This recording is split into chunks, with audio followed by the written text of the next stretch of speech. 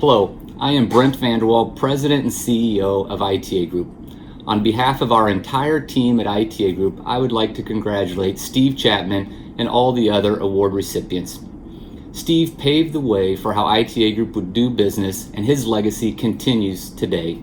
Many of the foundational things he created several years ago are still in place today. Inside the walls of ITA Group, Steve is considered the grandfather of our ESOP. During his tenure as CEO, we became 100% employee-owned, and that continues today and is a big part of who we are and our culture. Steve's leadership instilled in all of us that if we take care of our team will in turn take care of our clients, and we still operate under that business model today. Thank you, Steve, for all you've done for ITA Group. You have easily impacted thousands of employee owners because of your leadership. Thank you also for your accomplishments in our community. You have made a big difference in many, many lives. Thank you.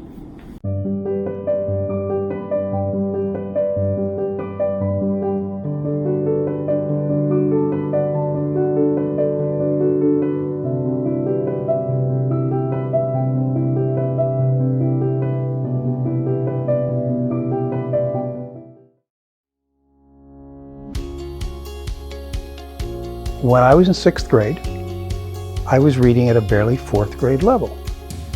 And my 6th grade teacher noted that I could replicate, look at a picture and redraw it from memory, and I could instantly memorize maps.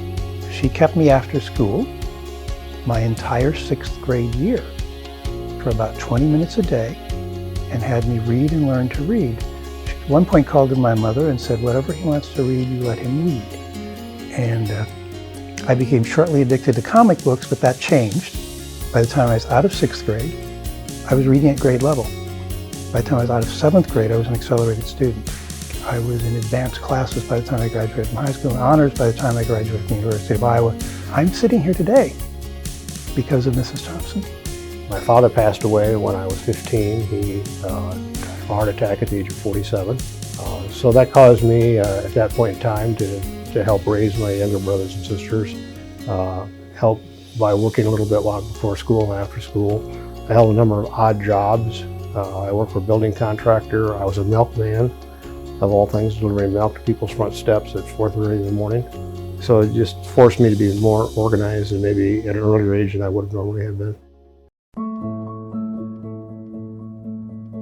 What brings me the most joy is family.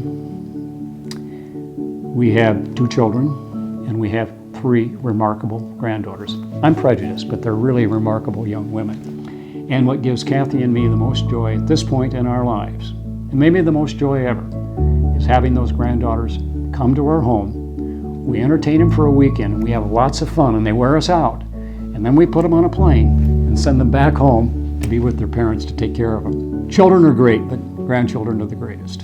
When you do get older, it's like each day, it's not like a day of the week. Every day is like Saturday. I was at a concert at Hoyt Sherman, and the performer was saying, "Wow, this sounds like the weekend." And I thought to myself, well, we're all retired, so it probably is. Each day is just a joy, and it's bright. And when I get up in the morning, I just open the curtains and just let the light in, and just feel so blessed to see another day.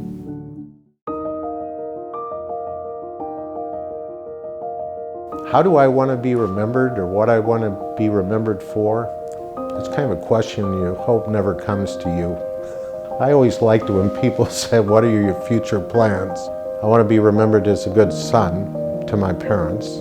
I want to be remembered as a good husband to my wife, and father to my children. But I want to be remembered as someone that was accountable. That when I made a commitment, I delivered. I never wanted to serve on a board to be on a board. I wanted to be on that board to do everything I could to make the organization stronger. That I was a good listener, and I tried to make a difference. I hope people can honestly say to other people, he was sincere. I was here. and that the day I was born and the day that I died, that I had substance in my hyphen. I believe everyone should read an hour a day that has nothing to do with what they do for a profession. The second thing is a piece of advice my father used to give, the sort of thing that when you're a kid drives you nuts. Every problem has a solution if you look for it long enough, you take the time, you persist. When we are dealing with highly controversial issues, that we respect others who have an opinion different than ours. And we take the time to sit down with those people, as difficult as it can be, and try to understand where our differences are. I learned so much by the leadership style of Robert Ray, because he brought people together of differing views. Value relationships and understand how important relationships are. Build strong teams. Surround yourself with people who are smarter and better and more talented than you are. Work at becoming a good listener.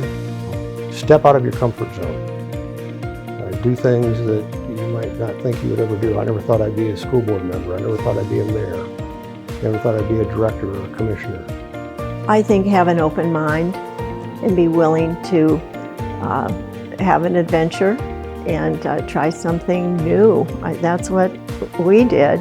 I mean, I had no idea that I'd be involved in city beautification for 20 years. Remember Mark Twain's quote, that there are two important days in your life: the day you are born and the day you find out why. And that you begin working on that, because we all have a purpose. At this age of, so each day I think about, okay, what's going to happen today? What am I going to do today? When I was younger, I would say, oh, I can do that tomorrow. And that's, you think about that when you're younger, I can do that tomorrow. But at this stage, it's like, I'm doing it now, because there may not be a tomorrow.